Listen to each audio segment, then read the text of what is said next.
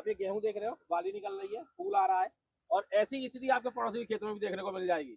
लेकिन आपका पड़ोसी गेहूं की पैदावार आपसे अधिक ले रहा है, वो 25 क्विंटल की ले रहा है, वो 20 आप 20 क्विंटल की ले रहे हो, जबकि बीज दर समान रूप से डाली गई है, समान रूप से खाद डाला गया है, समान रूप से पानी दिए गए। फिर कहाँ गलती कर रहे हो आप कि आपका पड़ोसी आपसे आगे आगे पहुंच रहा है। आज इस वीडियो में आपको वो सावधानियां बता रहा हूँ, वो गलतियां बता रहा हूँ जो आप कर रहे हो, और आपका पड़ोसी उन्हीं गलतियों से बचकर आपसे अधिक पैदावार ले रहा है। तो वो कौन सी गलतियां रहती हैं जो इस अवस्था पर, फूल आने की अवस्था पर या बाली आने की अवस्था पर आप करते हैं और आपका पड़ोसी नहीं करता है, इसलिए वो आपसे अधिक पैदावार ले रहा है। तो वीडियो में बने रहें, पूरा वीडियो देखें, और एक एक चीज की जानकारी मैं आपको दूंगा कि ऐसी कौन सी गलतियां हैं जिनको न करके आप अपनी पैदावार में 20 से 25%, यहाँ तक 30% तक की बढ़ोतरी कर सकते हैं। ये सारी जानकारी के लिए मेरे साथ में किसान होंगे, उनसे जानेंगे इस समय हमारे किसान भाई क्या गलतियां कर देते हैं इस अवस्था पर, जब बाली फूल पर होती है, पूरी तरह से बाली निकल चुकी होती है। राम राम साहब। राम राम सा राम राम सा राम राम। मैं आज आपसे एक चीज जानना चाह रहा हूँ कि जब ये फूल की अवस्था होती है, जब बाली निकल चुकी होती है, पूरा फूल आ चुका होता है, तो हमारे किसान भाई ऐसी कौन सी गलती करते हैं या ऐसी कौन सी सावधानी नहीं रखते हैं जिसकी वजह से उनको उत्पादन में नुकसान होता है?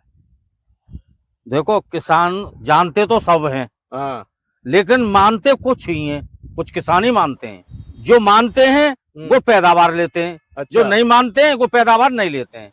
ये पैदावार कैसे कम होती है, क्या लॉजिक है? पैदावार मेरे हिसाब से तो देखो साहब, अगर आदमी खाद कम डाल दे तो कम हो सकती है जी, ठीक है, समय पर खाद नहीं दे तो कम हो सकती है, और इसके अलावा तो मुझे कोई बड़ी वजह दिखती नहीं है जिस वजह से पैदावार कम हो।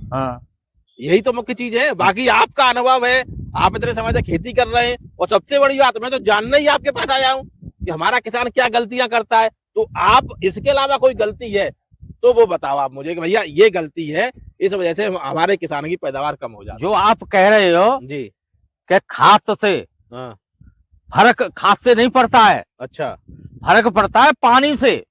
मतलब खाद से पैदावार पर कोई खास ज्यादा फर्क नहीं पड़ता ना, लेकिन अगर पानी हमने सही समय पे नहीं दिया या पानी हमने आगे पीछे किए तो उनसे फर्क पड़ेगा।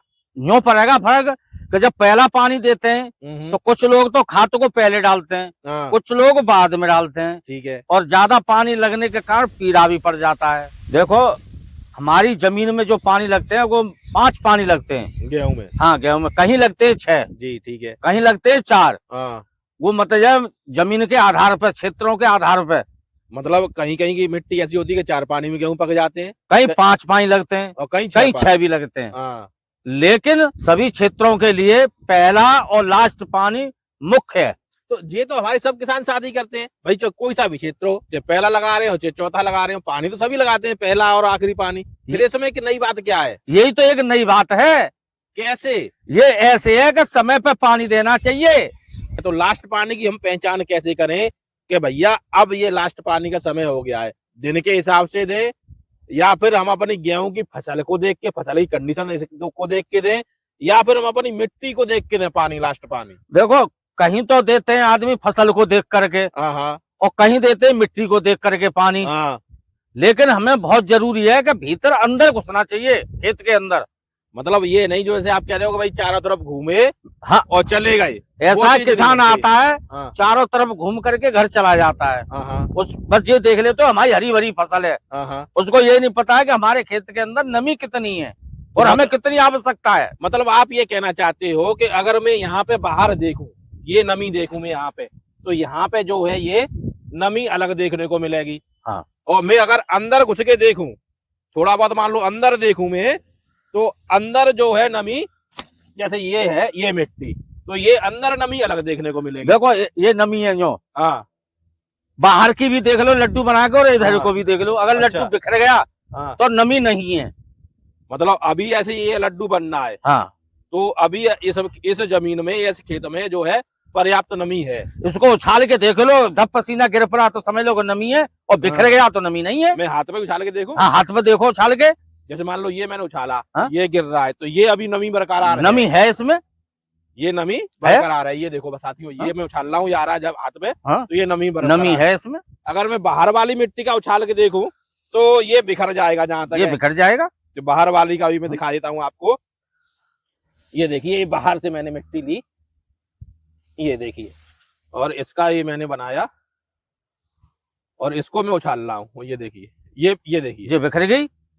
एक बार फिर से दिखा देता हूं मैं आपको, ये देखिए, ये बिखर रहा है। तो ये एक तरीका है देखने का कि पानी की हमें जरूरत कब है कब नहीं है। हाँ, आपने मिट्टी देखी उछाल के, देख ली साहब, क्या लगा? बाहर वाली ने सूखी सी दिख रही है, अंदर की ने गीली है, तो उसका लड्डू बन रहा है, बाहर वाली का नहीं बन रहा है। अच्छा, और आपने फसल देख ली?